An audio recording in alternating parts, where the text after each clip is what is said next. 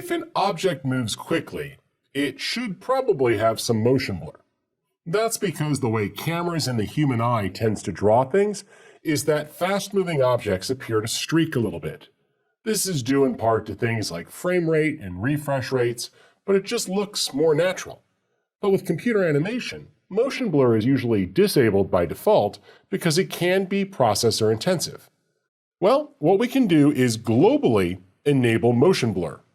This means that all layers that have motion blur turned on will exhibit blurring. This is the global switch which enables the property, and then per layer you need to activate which layers are going to be blurred.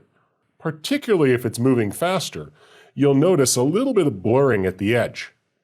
The faster something moves, the more motion blur is applied.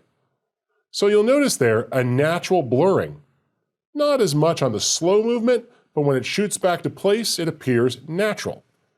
Now, the amount of blur can be adjusted under your composition settings. This is largely affected under the Advanced tab by the shutter angle.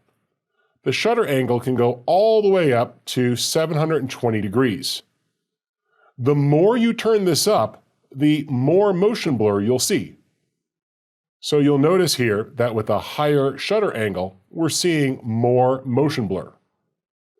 It's a bit more pronounced.